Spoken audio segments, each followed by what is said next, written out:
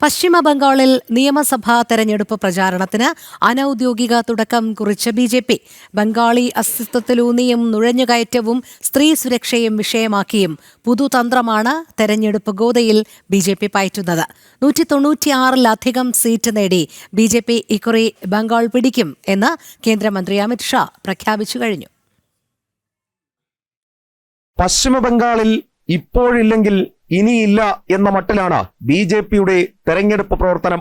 തെരഞ്ഞെടുപ്പ് വിജയം എന്നതിലുപരി ബംഗാളിന്റെ അസ്തിത്വം വീണ്ടെടുക്കലാണ് ഇക്കുറി ലക്ഷ്യമിടുന്നത്.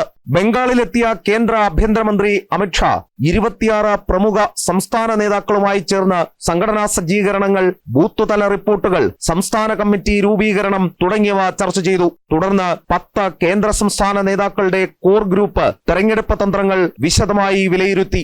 ദേശീയ general secretary Sunil Bansal, Bengal in charge Mangal Pandey, സഹ ഇൻചാർജ് അമിത് മാളവ്യ എന്നിവരും ചർച്ചകളുടെ ഭാഗമായി. സംസ്ഥാനത്തെ മുതിർന്ന RSS നേതാക്കളുമായി കൂടിക്കാഴ്ച നടത്തിയ അമിത് ഷാ തെരഞ്ഞെടുപ്പ് പ്രചാരണ പ്രവർത്തനങ്ങൾ വിശദീകരിച്ചു.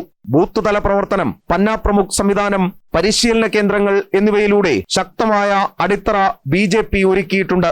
81,000 ബൂത്തുകളിൽ 65,000-ലധികം കമ്മിറ്റികൾ രൂപീകരിച്ചു കഴിഞ്ഞു. 294 മണ്ഡലങ്ങളിലേക്കും വിസ്താരകരെ നിയോഗിച്ചു.